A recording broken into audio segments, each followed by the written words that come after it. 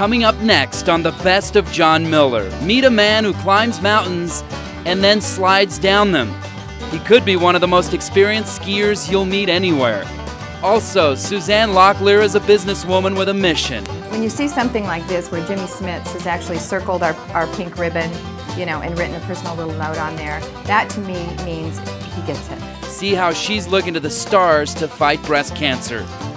Plus, he's a friendly way to start your day. What really bugs me though is you give them this and sometimes they'll stop. I said, no, this is stop, this is hi. Hi, hi. John spends the day with Richard the Smiling Guard. And look out, find out why John is taking this fire truck for a ride. It's a wacky spin around the block next.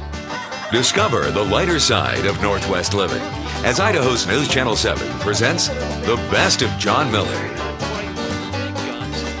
Hi again, everybody, and welcome. My name is David Augusto. First from us today, who says skiing is just for the young? Lloyd Johnson has been at it for 75 years, almost nonstop.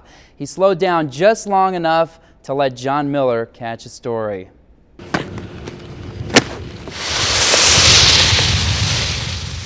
I thought it pretty amazing. Lloyd Johnson's been skiing since 1922. That was back in 1924 at the Winter Carnival. Somebody got the idea that I was the world's smallest ski jumper. What did your mom say about that at the time? She said I was crazy. And when he volunteered to parachute into the middle of forest fires, his wife said, I was crazy. and your kids said, I was crazy. and you know what? Oh, man. They were right. I thought you were going to be a nice old man. Well, I am most of the time. And most of the time for the last 75 years, he's been strapped to one set of skis or another. Ever since I was born. There, you got skis are about the size of redwood trees there. That's the way they made them then. All right. How's it going these days? Oh, I love it. Yeah? Yeah. Ever since they put these new things called chairlifts in, huh? Yeah, that makes a lot of difference. Hurry up, Pokey. Should be good. Well, if you don't keep doing things while the rocking chair gets you. But what are you usually thinking about while you're out making some turns? Thinking about making some more. And all in all, I'd have to say I enjoyed my day on the hill with Lloyd Johnson. Oh, man. Even that part. So anything else I should know about you, Lloyd Johnson, the skier, the everything in this ski hill? Well, I don't think so, John. I think we've overdone it already. After all, The hills and I are getting to be about the same age. Lloyd says when summer rolls around, he'll slow it down just a tad. That's when he'll trade in his skis for a fishing pole. Sounds pretty good. So much for wishing upon a star. Boise's Suzanne Locklear wished upon 1,000. Now the founder of Suzanne Sensational Foods is seeing those wishes coming true in the form of autographs. Hundreds of movie stars, athletes, and world-famous people are sending their signatures to this small Boise business to raise money and awareness for breast cancer research. John shows us why.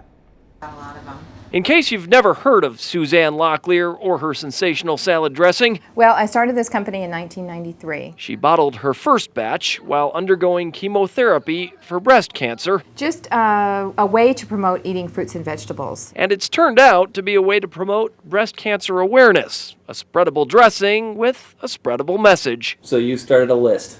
I started a list with a lot of people's help. Figuring if she and her crew sent 1,000 salad dressing labels to 1,000 stars, she might get them back with a few valuable autographs. We thought if we got 5, 10, 15, we'd really be happy. Turns out actress Sally Field thinks it's a great idea. So does Arnold Palmer. Oh, Matt Lauer. Even comedians Steve Martin and Jim Carrey responded. Spank you very much. I thought that was great. Great that more than 140 stars have sent back autographs, And then they go on eBay. where Colin Powell's salad dressing signature has already stirred up a $36 bid.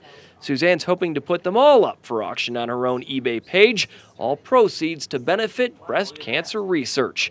There, you'll soon find skater Nancy Kerrigan's signature and the Bee Gees, everyone from Vanna White to Betty White sent back labels. Suzanne said, "Hey, Cuba Gooding Jr., show me the autograph." And he did. Kind of fun. It's kind of fun. And far-fetched to think Barbara Streisand would send back an autograph. Well, that's what I've heard, so Johnny it was and Kat. pretty thrilling. When you see something like this where Jimmy Smits has actually circled our pink ribbon, and written a personal little note on there, that to me means he gets it. And he's willing to give it up, along with Ray Charles, Matthew Broderick, and more than 100 others for salad dressing guru and survivor Suzanne Locklear, signing on to her fight for a cure. It's just incredibly heartwarming.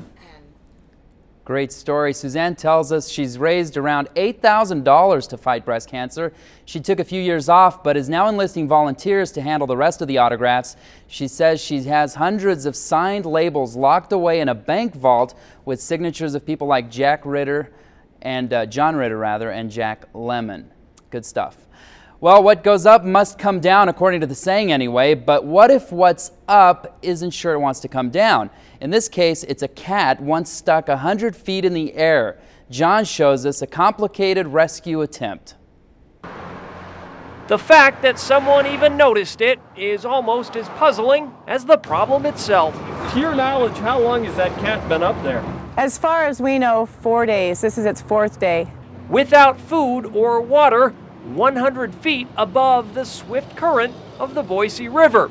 If you're wondering, where's the fire department? Well, they were here yesterday with a ladder truck when they tried to rescue the cat from this tree. He crawled down the tree because he was afraid of the firemen, and then he leaped into the water. He swam over to some other trees and back up another. It's a kitty caper that's left the fire department and the local cat ladies scratching their heads. Oh, look at that wonderful little kitty. Helicopters have been suggested. I think a crane has been requested, so a lot of ideas. Tranquilizer darts, chainsaws, and their latest solution. And this sounds kind of cruel, but it's really not. We're going to see if we can blast the kitty out of the tree with a fire hose. So out come more firefighters. Oh, man. All right, start climbing, you guys. With more bad news. This is the plan. There's no way we're going to be able to hit that with any of our deck guns. The wind would blow it out anyway. So why don't we just build something around the bottom of the tree? Coax him down with food. About the last solution to a desperate situation where time and hope are running out for one cat and one group of cat lovers. I just hope there's someone out there that knows how to build a better mousetrap than any of us have thought of so that we can get that little kitty down. There is a happy ending here.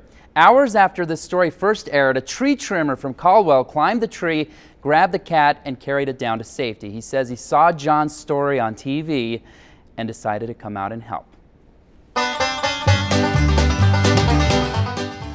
And you think the bugs in your yard are big? Well, it's called interactive learning. I mean, the days of sitting in a classroom and reading a book, I think, are behind us.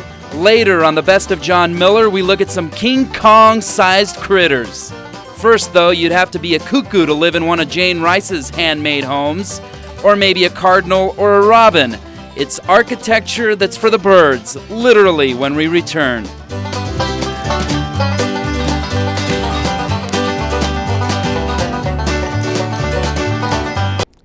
Welcome back to the Best of John Miller. While many birds are south for the winter, a Treasure Valley woman works to give them a summertime home. John Miller has the latest in canary condos through the eyes and artistry of one local hobbyist. If you're going to look at Jane Rice's birdhouses, Bring your best fishing gear, huh? Right.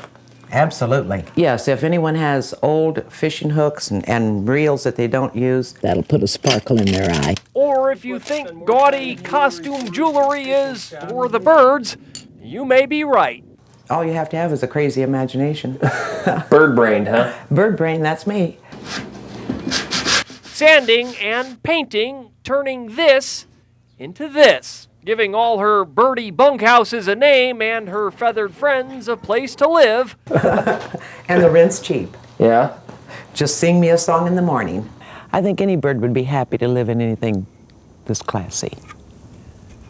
Nicer than my apartment, I'll tell you that much. Anything to entice them to come in and live with me. Maybe because birds are the perfect companions during a bout of loneliness. I've always loved the birds, and to me they're a free gift from God to enjoy. Which might explain why Jane's car doesn't fit in the garage anymore. Maybe I am a little bird brain and a little nutty, but I still like them. So this is kind of your garnet grouse house, I guess we'll call this. Yes. Canary condos and flowering finch flats, cuckoo cabins complete with all the amenities if Jane Rice's creations truly are for the birds. This one is vacant and waiting for you. For the price of a song, huh? For the price of a song. That's good stuff. Paul Wyslotsky goes to great lengths to expose kids to art. In fact, back in 2000, he went around the entire country. His stop at the Idaho State House had passersby turning their heads and, as John shows us, hopefully opening their imaginations.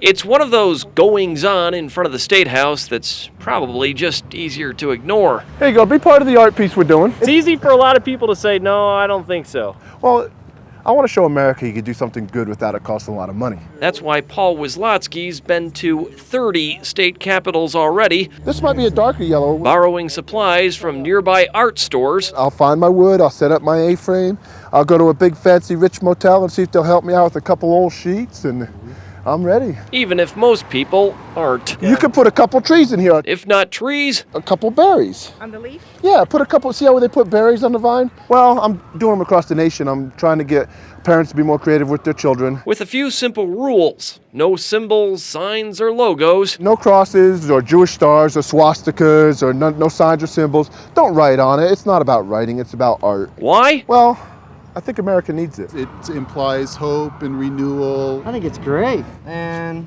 I support it. Paul says he's serving the Lord and the needs of a seriously art-deprived America, enough to send some people running. They don't understand what it's for, and you know the favorite saying?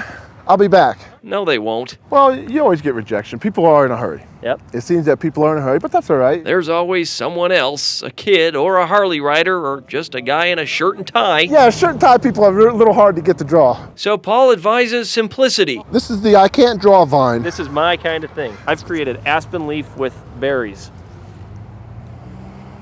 It's something.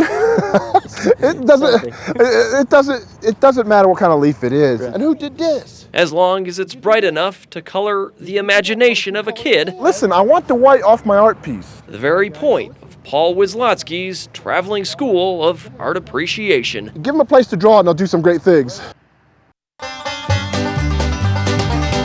This isn't a story for people who are easily bugged. Let me ask you, do you have a sister? Or? Yeah, I have a sister. You have a sister? Uh-huh. What does she say when she sees these things around the yard?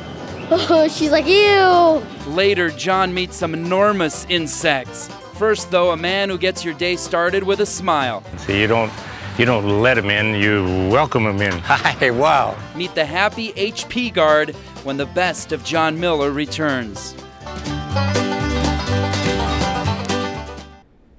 Welcome back. It is one of the biggest perks for employees at Hewlett-Packard, and it has nothing to do with a 401k or dental plan.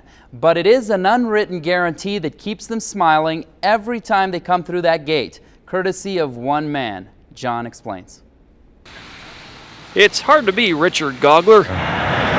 No, that's not it. Kind of have to be happy all the time. I just can't help it. Just by accident. Hey. Richard's become the friendliest face out front of Hewlett-Packard. You wave them in, so you don't let them in, you welcome them in. Hi, wow. It's called the Richard Welcome. Gotcha. What really bugs me though is you give them this and sometimes they'll stop. I said, no, this is stop, this is hi. Hi. And welcome to work. Here you are, see? No. It's just, you're kind of overdoing it. Hi. Well, that's a two-way. Hey. Richard's way of greeting every guest and employee, waving to the guys. Hi. And you give the girls double. Especially the girls you know. Hi. It's a guy. It's a guy. Oh, no.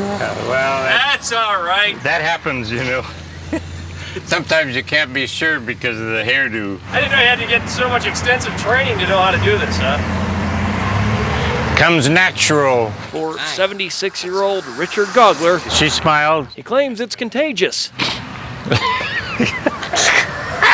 I'm going to learn the Richard Gogler way. Yeah. Oh, you missed one. Oh, I do this and I do that. So what you're saying is, little of this goes a long way. That's it, exactly. I hope you use that. That's good. Sure is. Richard actually gives out flowers in the springtime as well, and his kindness has earned him, as you might expect, Employee of the Month numerous times. Coming up, it's the ultimate big boy's toy. Who wouldn't love their own fire truck? A little later, John Miller takes it for a spin. And next, imagine the side of the fly swatter you'd need to swat these giant pests. We show you a creepy science lesson straight ahead. Welcome back. Back in 1997, a phenomenon in Boise made John's skin crawl. Boise was overrun by some creepy crawlers. John shows us these big bad bugs.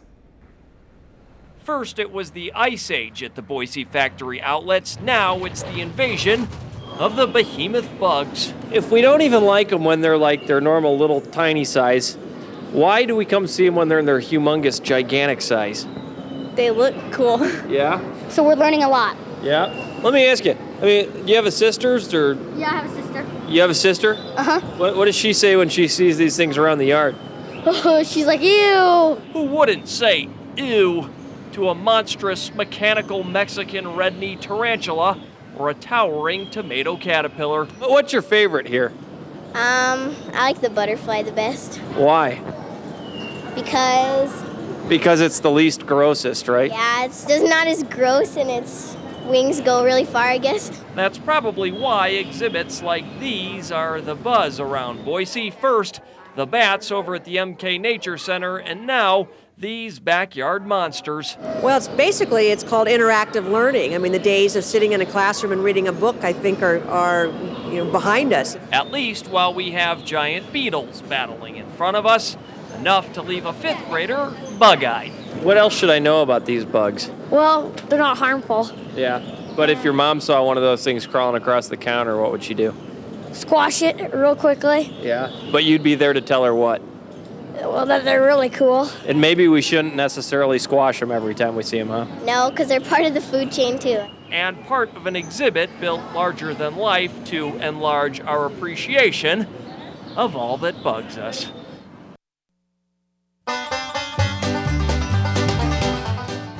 It's one man's $17,000 lawn ornament. Find out how a Treasure Valley man ended up with a spare fire truck. That's when we return to the best of John Miller. If you never completely outgrew the urge to be a firefighter, there's a Canyon County fireman with a deal for you. Just what you need to get started, which almost caused a dramatic career change for John Miller. Almost everyone who drives by milepost 17 wonders why Nick Delaloui bought a 1969 fire engine in the first place. Well, if you owned a house like this, way out here, you'd buy one too. So, why are you selling it? Let me ask you that. Well, I'm selling it because I need the money. And you're asking? $17,800. So if you got a lucrative trade? I would think about it. How about a 91 Jeep? No. Yeah, I probably would. Yeah, if you really? take the decals off. Wow! Yeah, well, I got it.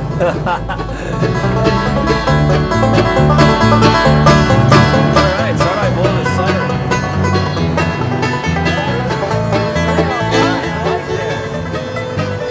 I think I can do this for a living. There's a fascination with fire engines, and anytime you're driving somewhere and you see an engine, children start jumping up and down and getting excited.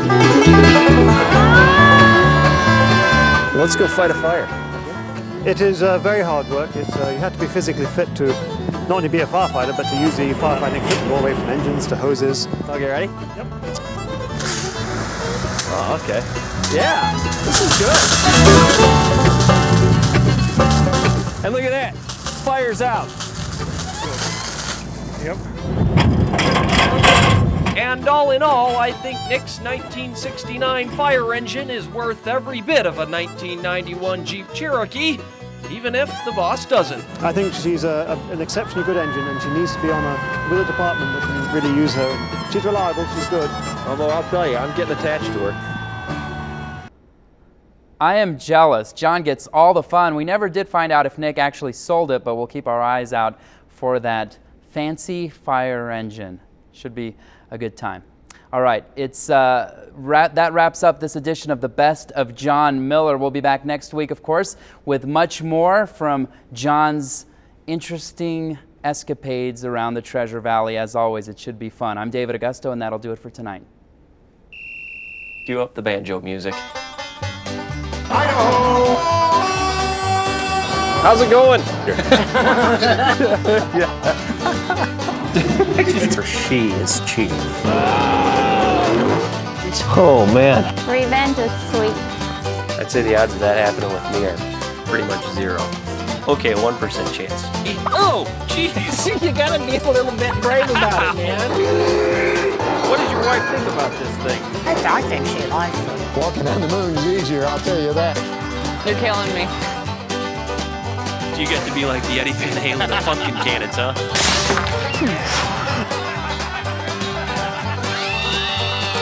Did you ever think maybe I should have made my chest set a little bit lighter? No, I didn't.